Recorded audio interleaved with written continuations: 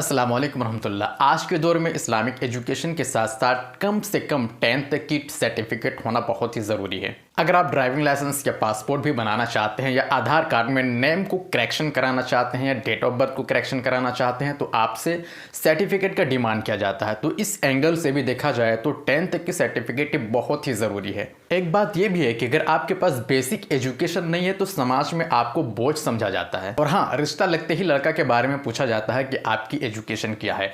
इसी तरह से सेम लड़की के बारे में पूछा जाता है कि लड़की कितनी तक पढ़ी है। बट अगर इस्लामिक एजुकेशन के साथ साथ आपके पास 10th की सर्टिफिकेट नहीं है तो घबराने और सोचने की कोई बात नहीं है।